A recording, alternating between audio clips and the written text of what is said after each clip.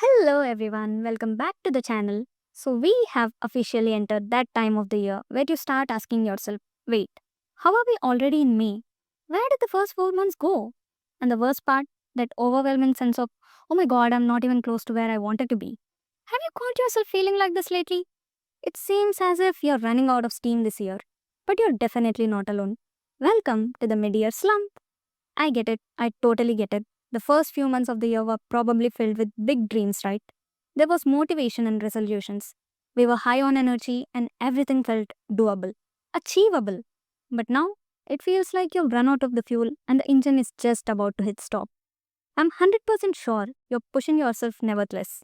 You might be feeling exhausted, but you force yourself to complete your task for the day.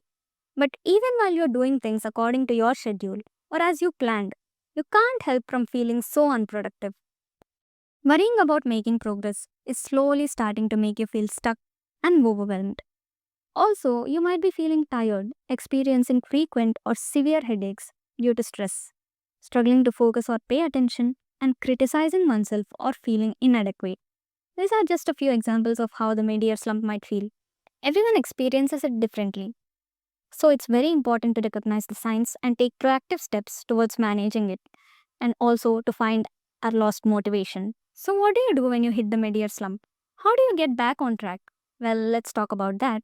But before we proceed further, do consider subscribing to the channel, and also, this is the first time we are trying out audiograms, so let us know if you like the concept in the comments. Without further ado, let's start. Let's dive into step 1, reflect and reset. Now, the first thing that you have to do is to take a breather and look at what you have accomplished so far. Mind you, we are not just talking about goals, not your to do list, not your achievements, nothing.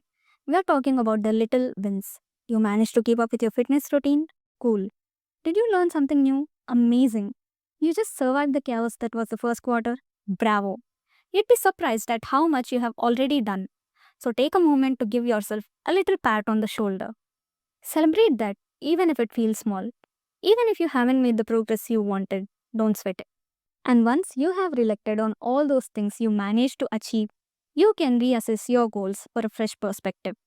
And then we can go on to the step 2, which is to break down big goals into tiny steps. Now, this one's a game changer. Big goals, they feel like a mountain that you're just never gonna climb. But the hack is to break it down. Take those huge, intimidating goals and break them into bite sized tasks. Instead of saying, I need to finish my final project by the end of the year, tell yourself, I'm going to spend 30 minutes today drafting the first outline. Do that, and suddenly that mountain isn't so scary anymore. You can do this. Now, the most important step, which is to prioritize mental health. With everything moving so fast and the pressure piling on, you've got to take care of your mind just as much as you take care of your to do list. If you're feeling burnt out, it's okay to hit pause. Whether it's going for a walk, watching your favorite show, or just scrolling through a few memes, find that little thing that lets you breathe. And don't let the guilt creep in. Rest isn't wasting time, it's an investment in your future success. The next step is to change your environment. Sometimes when you're stuck in a routine, your brain just needs a little shake up. Change your workspace or even just move your furniture around. Get outside, take a different route to work, or switch up your study habits. It sounds small, but sometimes a new perspective is all it takes to spark creativity and motivation again. Now, step 5 is to connect with others. The mid-year slump can feel lonely, especially if you're hustling alone. But trust me, there's power in sharing. Whether it's talking to a friend, reaching out to a mentor, or just joining an online community like this channel, surrounding yourself with people who get you can be the motivation you didn't know you needed. So there you have it. The mid-year slump doesn't have to be the end of the road.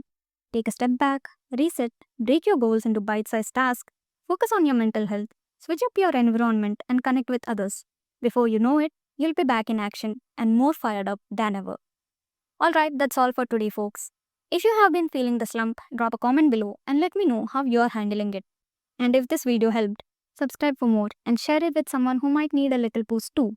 You've got this. Catch you next